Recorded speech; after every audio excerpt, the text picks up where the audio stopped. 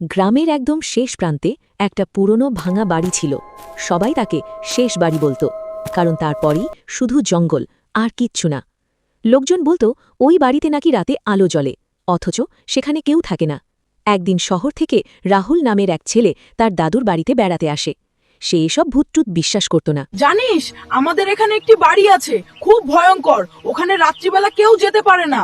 ওই বাড়ি থেকে রাত্রে আওয়াজ বের হয়। এসব বাজে কথা, ভূতটুত কিছু নেই। চলো আজ রাতেই ওই বাড়িতে গিয়ে দেখি কি আছে এই বাড়িতে। না না বাবা, আমরা কেউ যাব না। আমরা সবাই ভয়ে রাজি হল না, কিন্তু রাহুল একাই যাওয়ার সিদ্ধান্ত নিল। রাত 12টা, চারদিকে নিস্তব্ধতা, শুধু ঝিঝি পোকার শব্দ। রাহুল একটা টর্চ নিয়ে বাড়িটার সামনে দাঁড়ালো।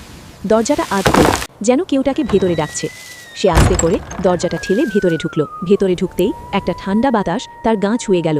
ভেতরে কেউ নেই, কিন্তু একটা পুরনো দোলনা নিজে নিজে দুলছে। হঠাৎ রাহুলের টর্চটা নিভে গেল। রাহুল সাহস করে সিঁড়ি বেয়ে ওপরে উঠতে লাগল। দ্বিতীয় তলা।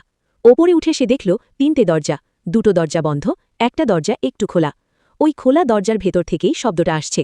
সে ধীরে ধীরে দরজাটা খুলল। হঠাৎ পাশের একটা দরজা নিজে থেকেই খুলে গেল। ভেতরটা সম্পূর্ণ অন্ধকার, কিন্তু মনে হচ্ছিল কেউ দাঁড়িয়ে আছে। বের হয়ে যাও এই বাড়ি থেকে। কেন এসেছো? কে তুমি? কোনো উত্তর নেই, কিন্তু মনে হচ্ছিল কেউ দাঁড়িয়ে আছে। বের হয়ে যাও এই বাড়ি থেকে। কেউ ফিরে যেতে পারে না। রাহুল দৌড়ে নিচে নেমে এলো। সকাল হলে গ্রামের লোকেরা দেখে রাহুল রাস্তার পাশে অজ্ঞান হয়ে পড়ে আছে। জ্ঞান ফেরার পর সে শুধু একটা কথাই বলল, ওই বাড়িতে কেউ আছে আর সে এখনো অপেক্ষা করছে।